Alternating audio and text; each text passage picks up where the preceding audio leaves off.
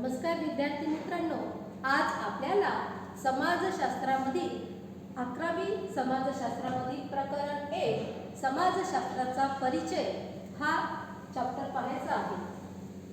तर या समाजशास्त्राच्या परिचय या प्रकरणामध्ये आपल्याला समाजशास्त्राची व्याख्या आणि समाजशास्त्राचे स्वरूप, त्याशिवाय समाजशास्त्राचा उगम कसा झाला आणि समाजशास्त्राची व्याप्ती कशाकशामध्ये आहे ते पाहायचं आहे। त्याशिवाय समाजशास्त्राचे महत्त्व काय आहे हे आज आपण पाहणार आहोत। त्याआधी आपल्याला प्रस्तावना पाहणं आवश्यक आहे। तर प्रस्तावनामध्ये आपल्याला समाजशास्त्राची जी सुरुवात आहे ही सुरुवात कशी झाली, तर 18व्या आणि 19व्या शतकामध्ये युरोपमध्ये याची समाजशास्त्राची सुरुवात झालेली आहे। मनुष्य हा समाजशील प्राणी आहे। मनुष्य हा समाजाशिवाय राहू शकत नाही। अरिस्टॉटल या समाजशास्त्रज्ञ काय म्हणतात, तर मनुष्य हा सामाजिक प्राणी आहे। म्हणजेच मनुष्य हा समाजाशिवाय राहू शकत नाही। त्याला समाजामध्ये त्याचे संबंध हे आंतरक्रिया असणं हे आवश्यक आहे। तर मानवी संबंध आणि मानवी क्रिया या ज्या आहेत याचा अभ्यास आपल्याला या समाजशास्त्रामध्ये करायचा आहे।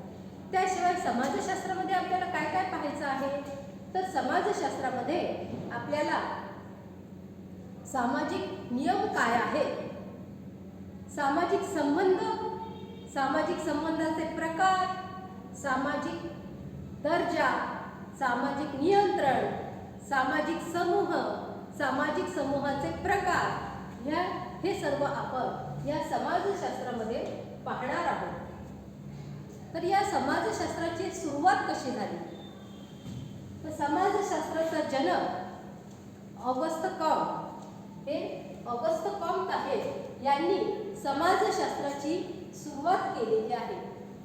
यांना समाजशास्त्राचा जनक असं म्हटलेलं आहे।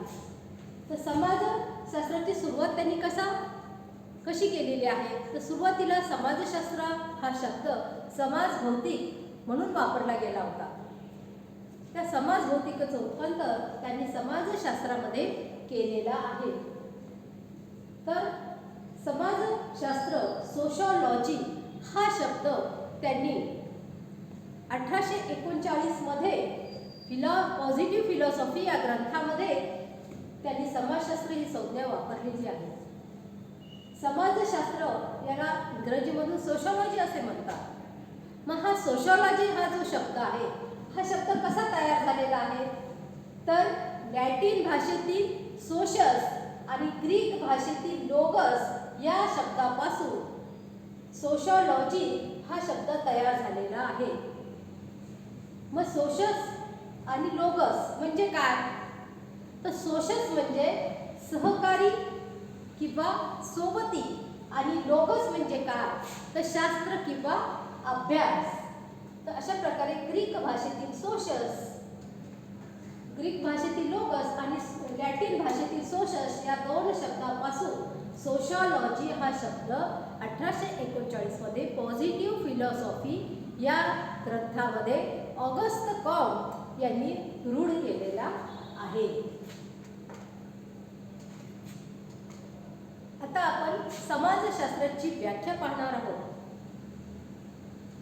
तर आपण जे आता समाजशास्त्राचा जनक पाहिला त्या ऑगस्ट कॉम्ट यांनी समाजशास्त्राची व्याख्या काय सांगितलेली आहे, तर सामाजिक व्यवस्था आणि प्रगतीचा अभ्यास करणारे शास्त्र म्हणजे समाजशास्त्र। तर सामाजिक व्यवस्था, समाजामध्ये ज्या ज्या व्यवस्था येत असतात, समाजामध्ये अनेक व्यवस्था आहेत। शैक्षणिक व्यवस्था आहे, अर्थव्यवस्था आहे, विवाह व्यवस्था आहे, कुटुंब व्यवस्था आहे, राजकीय व्यवस्था आहे। ह्या सगळ्या व्यवस्था आपल्याला समाजशास्त्रामध्ये येत असतात। तर या सामाजिक व्यवस्था आणि या व्यवस्थामध्ये जे प्रगती होणार आहे, या प्रगतीचा जे बदल होणार आहे, बदल झाल्यानंतर जी प्रगती होणार आहे समाजामध्ये, त्या प्रगतीचा अभ्यास करणारे शास्त्र म्हणजे समाजशास्त्र। त्यानंतर जॉर्ज सिमेन या समाजशास्त्रांनी सुद्धा समाजशास्त्राची व्याख्या सांगितलेली आहे। समाजशास्त्र हे मानवी आंतरसंबंधाच्या स्वरूपाचे अध्ययन करणारे शास्त्र आहे. समाजशास्त्र हे मानवी आंतरसंबंधाच्या स्वरूपाचे अध्ययन करणारे शास्त्र आहे. म्हणजे काय? तर व्यक्तीमध्ये जे संबंध असतात, व्यक्ती मानवामध्ये जे आंतरसंबंध असतात, या आंतरसंबंधाचे अध्ययन करणारे हे समाजशास्त्र आहे. म्हणजे समाजशास्त्रामध्ये सामाजिक संबंध जे आहेत, हे सामाजिक संबंध महत्त्वाचे आहेत. सामाजिक संबंधाशिवाय कुठलीही व्यवस्था ही पार पाडणार येणार नाही. त्यानंतर आपल्याला समाजशास्त्राचे स्वरूप पाहायचं आहे. तर या समाजशास्त्राच्या स्वरूपामध्ये पहिला आपल्याला पाहायचं आहे, समाजशास्त्र एक अनुभवनिष्ठ विज्ञान आहे. म्हणजे काय? तर समाजशास्त्रामध्ये आपल्याला सामाजिक तथ्यांचा जो अभ्यास आणि विश्लेषण हे कसं करायचं आहे, तर वैज्ञानिक पद्धतीच्या सहाय्याने करायचं आहे. म्हणजे समाजशास्त्राचा जो अभ्यास आहे, हा अभ्यास आपल्याला आराम खुर्चीमध्ये बसल्या बसल्या करायचा नाहीये. आराम खुर्चीमध्ये बसून करायचं नाही, तर आपल्याला जे जे समाजामध्ये घटना घडत असतात, ते सामाजिक घटनांचा अभ्यास, सामाजिक तथ्यांचा अभ्यास आणि हे जे तथ्य आहेत, समाजामध्ये घटना आहेत, ह्या सगळ्याचा विश्लेषण हे आपल्याला कशाने? वैज्ञानिक पद्धतीच्या सहाय्याने करायचं आहे. म्हणजे नुसतं समाजाचा आपल्याला अभ्यास करायचा नाही, तर वैज्ञानिक दृष्टिकोनातून त्याचा अभ्यास करायचा आहे. त्याशिवाय वैज्ञानिक दृष्टिकोनातून अभ्यास करायचा म्हणजे काय करायचं? मग कुठलीही जी तथ्य आहे, कुठल्याही समाजामध्ये ज्या घटना घडत असतात, या घटना नुसतं आपल्याला पाहायच्या नाही, तर त्या ज्या घटना आहेत, ते जे तथ्य आहे, त्याचं आपल्याला निरीक्षण करायचं आहे. वैज्ञानिक दृष्टिकोनातून त्याचं निरीक्षण करायचं आहे. प्रयोग, परीक्षण हे कसं आपल्याला वैज्ञानिक विज्ञानामध्ये असतं, त्याच माध्यमातून आपल्याला समाजामध्ये या ज्या घटना घडतात, ह्या वैज्ञानिक दृष्टिकोनातूनच त्याचा अभ्यास करायचा आहे. म्हणजे कुठलीही घटना पाहिली आणि सोडून दिलं असं नाही, किंवा कुठेही घटना घडली, ते का घडली, कशी घडली, याचं उहापोह करणं आवश्यक आहे. म्हणजेच त्याचं कुठल्याही विज्ञानामध्ये जसं निरीक्षण, प्रयोग, परीक्षण या माध्यमामधूनच नियम मांडले जातात, त्याच प्रकारे आपल्याला समाजशास्त्रामध्ये सुद्धा कुठलेही सामाजिक तथ्याचं विश्लेषण करायचं आणि हे विश्लेषण निरीक्षण, प्रयोग आणि परीक्षण याद्वारे आपल्याला मांडायचं आहे. त्यानंतर हे जे समाजशास्त्र आहे, हे समाजशास्त्र कसं आहे? अनुभवनिष्ठ आहे. कारण आपल्याला एक तर त्याच्यात वैज्ञानिक दृष्टिकोनातून अभ्यास करायचा आहे, त्याशिवाय आपल्याला अनुभव असणं आवश्यक आहे. तर या वैचारिक दृष्टिकोनातून आपल्याला मानवी ज्ञान हे अनुभवाच्या आधारे साध्य करता येते. आपल्याला जे जे समाजामध्ये अनुभव मिळत असतात, त्या अनुभवा आधारेच आपण जे आपले विचार आहेत, हे विचार मांडू शकतो.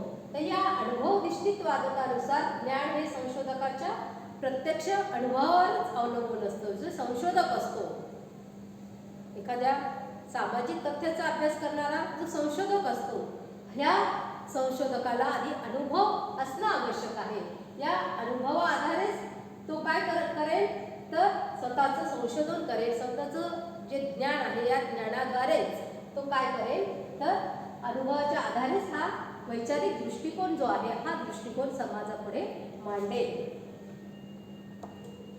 त्यानंतर समाजशास्त्राच्या स्वरूपामध्ये आपल्याला पाहायचं आहे, समाजशास्त्र हे एक सैद्धांतिक आणि उपयोजित विज्ञान आहे. तर समाजशास्त्र हे एक सैद्धांतिक आणि उपयोजित विज्ञान आहे. म्हणजे काय? तर जुन्या सिद्धांताचं परीक्षण करणे आणि नवीन सिद्धांताची निर्मिती करणे, ही प्रक्रिया सातत्याने समाजशास्त्रामध्ये चालू असते.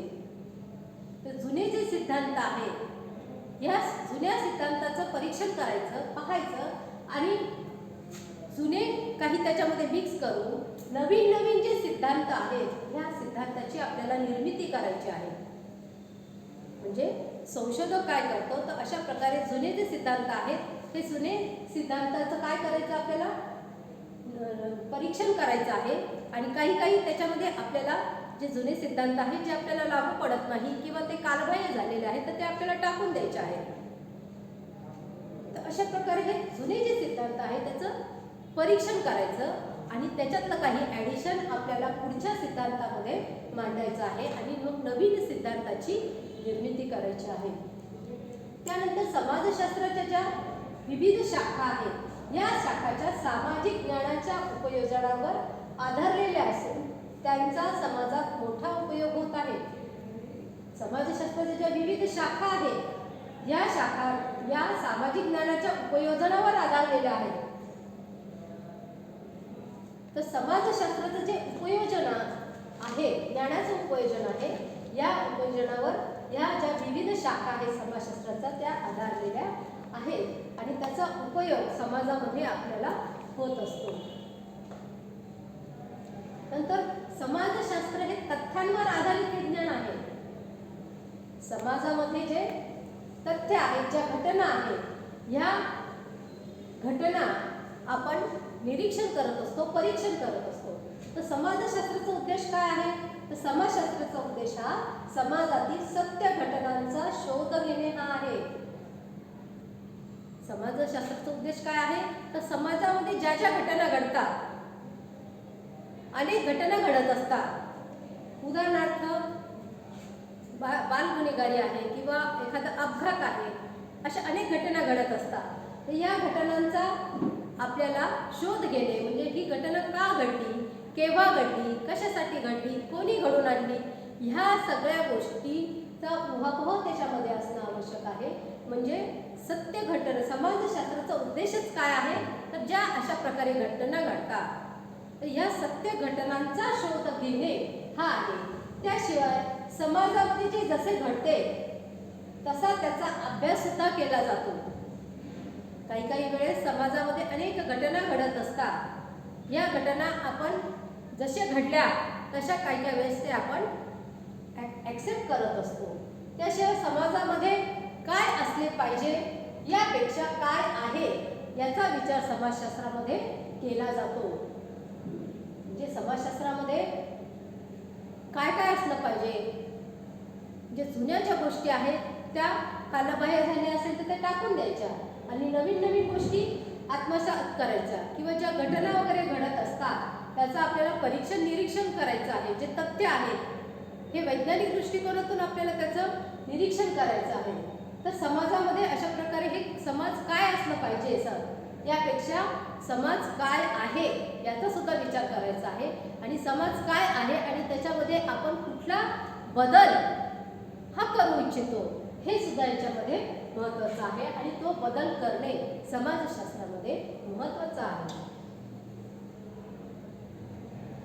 समाजशास्त्र हे समग्र विज्ञान आहे.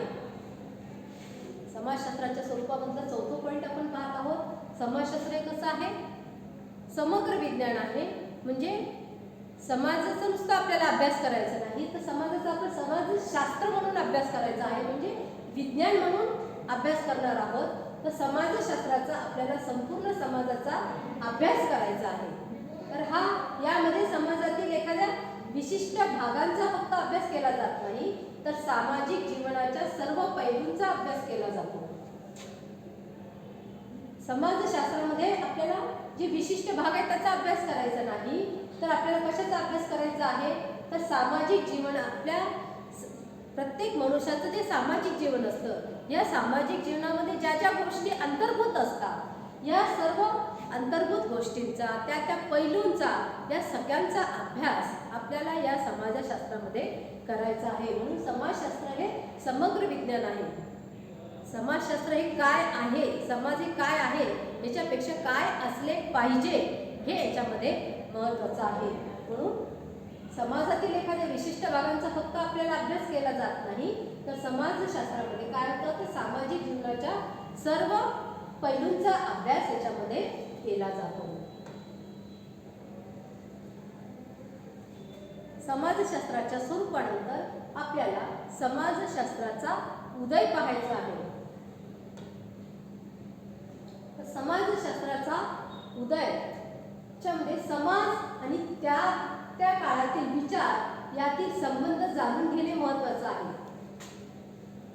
समाज आणि त्या काळातील जो युरोपमध्ये फ्रेंच राज्यक्रांती झाली त्यावेळेचा तो काळ आणि आताचा काळ यातील जो संबंध आहे हे जाणून घेणे महत्त्वाचे आहे. प्रत्येक कालखंडातील सामाजिक परिस्थिती आणि त्यात निर्माण होणारे विचार यांच्यामध्ये संबंध असतो आणि त्या काळावर त्याचा प्रभाव असतो. तर प्रत्येक कालखंडामधली जी सामाजिक परिस्थिती असते ही परिस्थिती कशी असते? वेगवेगळी असते. प्रत्येक कालखंड हा वेगळा असतो, तेथील सामाजिक परिस्थिती वेगळी असते. मग तो कालखंडातील सामाजिक परिस्थिती आणि त्यामध्ये जे सामाजिक विचार आहेत वेगवेगळ्या समाजशास्त्रज्ञांचे किंवा जे सामाजिक विचारवंत आहेत त्यांचे जे विचार आहेत यांच्यामध्ये हा संबंध असतो आणि त्या काळावर त्याचा प्रभाव असतो. तर युरोपमधील जी फ्रेंच राज्यक्रांती आणि औद्योगिक क्रांतीमुळे जो प्रचंड आर्थिक आणि सामाजिक राजकीय परिवर्तन झाले त्यातून शास्त्रीय विद्याशाखा म्हणून उदय झालेला आपल्याला दिसून येते. या बदलांच्या कालखंडालाच युरोपमधील प्रबोधनाचा कालखंड असे म्हटले जाते. तर समाजशास्त्राचा उदय कसा झालेला आहे? तर जेव्हा युरोपमधील फ्रेंच राज्यक्रांती आणि औद्योगिक क्रांती झाली, या फ्रेंच आणि औद्योगिक राज्यक्रांतीमुळे काय झालं? तर समाजामध्ये मोठा बदल झाला, सामाजिक बदल झाला, आर्थिक बदल झाला, राजकीय बदल झाला. या सगळ्या बदलामुळे काय झालं? त्यांचा चेहरा मोहराच बदलून गेला युरोपचा आणि त्यामुळे प्रचंड आर्थिक, सामाजिक आणि राजकीय परिवर्तन झाले. सामाजिक परिवर्तन झाले, समाजामध्ये परिवर्तन झाले, पुन्हा राजकीय दृष्टिकोनानुसार परिवर्तन झाले. त्याशिवाय याच्यामध्ये औद्योगिक क्रांती झाली आणि ह्या औद्योगिक ह्याच्यामध्ये सुद्धा आर्थिक बदल झालेला आपल्याला दिसून येतं. आणि तेव्हाच मोठ्या समाज ह्या फ्रेंच राज्यक्रांती आणि औद्योगिक क्रांतीमुळेच अशा प्रकारे हे प्रचंड आर्थिक, सामाजिक आणि राजकीय परिवर्तन झालं आणि तेव्हाच ही एक स्वतंत्र विद्याशाखा, समाजशास्त्र हे विद्याशाखा म्हणून याचा उदय झाला. आणि हे सर्व जे बदल झाले या बदलालाच काय म्हणतात? प्रबोधनाचा कालखंड. प्रबोधन काळ पाहायचं आहे आपल्याला. तर प्रबोधन काळ आहे. या प्रबोधन काळात पारंपरिक विचार जे आहेत हे पारंपरिक विचार प्रक्रियेमध्ये बदल झालेला आपल्याला दिसून येतो. पारंपरिक विचार म्हणजे काय? की आधी जुन्या कालखंडामध्ये जुने विचार होते, बुरसटलेले विचार होते. जसं काही हे जुने बुरसटलेले विचार बाजूला झाले आणि नवीन नवीन विचार हे समाजामध्ये येऊ लागले. नवीन विचाराचं दृष्टिकोन हे समाजामध्ये येऊ लागलं आणि अशा प्रकारे विचार प्रक्रियेमध्ये बदल झाला प्रबोधन काळामध्ये. त्याशिवाय विचार करण्याच्या आणि वास्तवाकडे बघण्याच्या नवीन पद्धती सुद्धा पुढे आल्या. जुन्या घसटलेल्या पद्धती टाकून देऊन नवीन नवीन जे दृष्टिकोन आहे त्या विचाराचा दृष्टिकोन समोर आल्यामुळे अशा प्रकारे व्यक्ती नवीन नवीन गोष्टी, नवीन नवीन विचार आत्मसात करू लागलेले आहेत. त्याशिवाय जीवनातील प्रत्येक गोष्टीकडे व्यक्ती नवीन दृष्टिकोनातूनच मग बघू लागले. व्यक्तीच्या मध्ये जे जुने विचार होते हे जुने विचार सगळ्यांच्या ह्याच्यातून निघून जाऊ लागले प्रबोधन काळामध्ये. आणि प्रबोधन काळामुळे काय होऊ लागलं? ही औद्योगिक क्रांती आणि फ्रेंच राज्यक्रांती झाल्यामुळे अशा प्रकारे हे नवीन दृष्टिकोन निर्माण होऊ लागलेले आहे. त्याशिवाय वैज्ञानिक आणि विवेकवादी विचारांना महत्त्व प्राप्त झाले. समाजामध्ये जे धार्मिक विचार होते हे धार्मिक विचार निघून गेले आणि धार्मिक विचाराची जागा कोण घेऊ लागलं? वैज्ञानिक विचार, विवेकवादी विचार यांना महत्त्व प्राप्त झाले. म्हणजे हे सगळेजण वैज्ञानिक आणि विवेकवादी विचार हे आत्मसात करू लागले. त्याशिवाय फ्रेंच आणि औद्योगिक क्रांतीच्या काळात जी वैज्ञानिक आणि व्यावसायिक क्रांती झाली त्यातून नवीन दृष्टिकोन निर्माण झाला. या फ्रेंच आणि औद्योगिक क्रांतीच्या काळात काय झालं? तर वैज्ञानिक आणि व्यावसायिक क्रांती झाली. वैज्ञानिक क्रांती झाली, व्यावसायिक क्रांती झाली, औद्योगिक क्रांती झाली आणि त्यामुळे समाजामध्ये नवीन नवीन दृष्टिकोन जो आहे हा निर्माण झाला.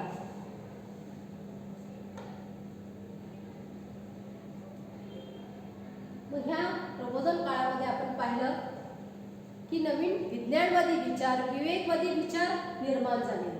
तर हे प्रबोधन काळ म्हणजे काय, तर त्यांनी सांगितलं प्रबोधन काळ म्हणजे काय, तर युरोपीय विचारांचा असा कालखंड की ज्यात कारणमीमांसा, अनुभव, धार्मिक आणि पारंपरिक अधिकारांना आव्हान दिले गेले आणि त्यातून धर्मनिरपेक्ष, उदारमतवादी आणि लोकशाही मूल्ये असणारा समाज निर्माण झाला. प्रबोधन काळ म्हणजे काय, तर युरोपीय विचारांचा जो कालखंड आहे, युरोपीय विचार सर्वांसमोर आले आणि जे पारंपरिक अधिकार होते, जे धार्मिक आणि पारंपरिक अधिकार होते, यांना आव्हान दिले गेले.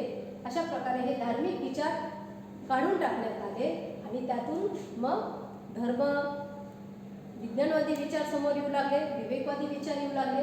त्याशिवाय धर्मनिरपेक्षता म्हणजे काय, त्याची मूल्य काय आहे, तर सगळे समता बंधुता, सर्वजण समान आहे, कोणीही छोटा नाही, कोणीही मोठा नाही, कोणीही श्रेष्ठ नाही, कोणीही कनिष्ठ नाही. तर अशा प्रकारे हे आपल्याला उदारमतवादी विचार सगळ्यांमध्ये दिसून आले. धर्मनिरपेक्ष मूल्य तत्त्वांचा, लोकशाही मूल्यांचा सर्वजण, लोकशाही मूल्य जे आहे याचा समाज निर्माण होऊ लागला आणि लोकशाही मूल्ये जी आहेत ही सर्वजण आत्मसात करू लागले. समता, बंधुता, प्रेम या गोष्टी सर्वांमध्ये येऊ लागल्या. तर अशा प्रकारे या काळामध्ये भौतिक घटकामुळे काय होऊ लागलं, विज्ञानी आत्ताच पाहिल्याप्रमाणे विज्ञानवादी, तर्कशुद्ध आणि विवेकवादी शास्त्रीय विचारांना या प्रबोधन काळात कशाला आपण म्हटलेलं आहे, तर अशा प्रकारचे हे जे विचार आहेत हे नवीन विचारांना महत्त्व प्राप्त झाले. कोणते नवीन विचार आहेत, तर विवेकवादी, विज्ञानवादी, तर्कशुद्ध आणि शास्त्रीय विचार यांनाच महत्त्व प्राप्त झालं आणि जे धार्मिक विचार आहेत ते धार्मिक विचार निघून गेले. आणि त्यांनी काय केलं, कार्यकारी संबंधावर भर दिला आणि ह्या बुद्धिप्रामाण्यवादी विचारवंतामध्ये ज्यांचे विचार पुढे आले, घुसटलेले विचार निघून गेले आणि जे विवेकवादी विचार पुढे आले त्याच्यातले हे समाजशास्त्रज्ञ हे विचारवंत आहेत. Thomas Hobbes, John Locke, Rousseau, Montesquieu, Francis Bacon, Cicero, Machiavelli इत्यादी हे जे विचारवंत आहेत, त्या विचारवंतांचा समावेश आपल्याला याच्यात करता येईल. यांचे विचार हे समाजापुढे युरोप कालखंडामध्ये येऊ लागले.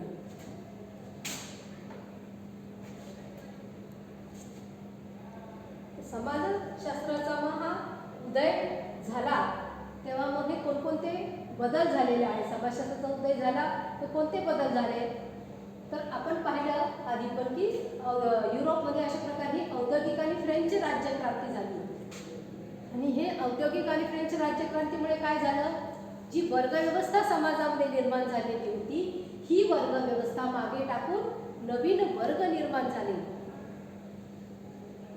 श्रीमंत वर्ग, कनिष्ठ वर्ग, मध्यम वर्ग ही जी वर्गव्यवस्था होती ही वर्गव्यवस्था निघून गेली आणि नवीन वर्ग निर्माण झाले.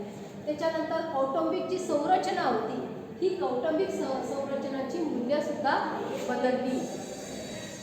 कौटुंबिक संरचनामध्ये कौटुंबिक रचना होती, आधी संयुक्त कुटुंब पद्धती होती, त्यानंतर विभक्त कुटुंब पद्धती झाली. तर अशा प्रकारे हे कौटुंबिक संरचना आपल्याला बदललेली दिसते. त्याशिवाय महिलांचं जे स्थान आहे या महिलांच्या स्थानात सुद्धा बदल होऊ लागला. महिलांचं आधीच्या कालखंडामध्ये जो स्थान होतं महिलांचं हा कनिष्ठ दर्जाचा होता. पुरुषाचं जे स्थान होतं, पुरुषांचं वर्चस्व होतं, पुरुषाला प्रथमच स्थान होतं आणि स्त्रियाला कनिष्ठ स्थान होतं. पुरुषाला सगळ्या प्रकारचे विचार मांडण्याचा अधिकार होता, प्रत्येक निर्णय घेण्याचा अधिकार होता. स्त्रियाला कुठल्याही प्रकारचा निर्णय घेण्याचा अधिकार नव्हता, कुठलाही विचार मांडण्याचा अधिकार नव्हता. तर अशा प्रकारे ही संरचना आधी कुटुंबाची संरचना होती. ह्या संरचने ही महिलांच्या स्थानात कौटुंबिक संरचनेत बदल झाला, त्यांच्या मूल्यात बदल झाला. महिलांच्या अशा प्रकारे स्थानात सुद्धा बदल होऊ लागला. महिलांचं जे आधी कनिष्ठ दर्जाचं स्थान होतं ते आता समांतर झालेलं आपण पाहतो की स्त्री आणि पुरुष पुरुष यांच्यामध्ये समानता आहे हे आपण पाहू लागलेलो आहोत. त्यानंतर लोकशाहीचा उदय झाला.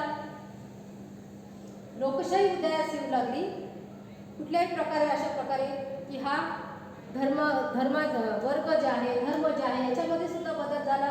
धर्म, समुदाय, सत्ता, संपत्ती, समाजाची संकल्पना बदलली. आधी ज्यांच्याकडे सत्ता संपत्ती होती ते श्रीमंत वर्ग किंवा जो धर्म जे आहे, ज्यांची संख्याबळ जास्त आहे, अशा धर्माला जास्त महत्त्व होतं, त्या धर्माला जास्त मानलं जात होतं. आणि अशा प्रकारचा हा जो धर्म समुदाय आहे, ही जी सत्ता आहे, संपत्ती आहे, ही सर्व जाऊन समाजाची संकल्पना आपल्याला बदललेली दिसते.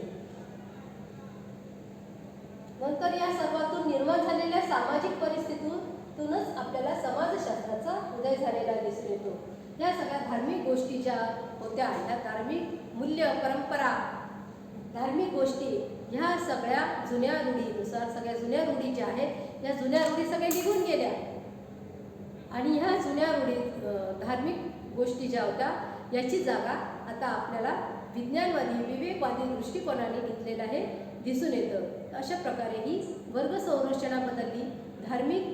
धर्माला जे महत्त्व होतं, हे धर्माचं महत्त्व कमी झालं. त्याशिवाय कुटुंबाची जी संरचना होती ती बदलली. महिलांचं जे स्थान होतं, या महिलांच्या स्थानात बदल झालं.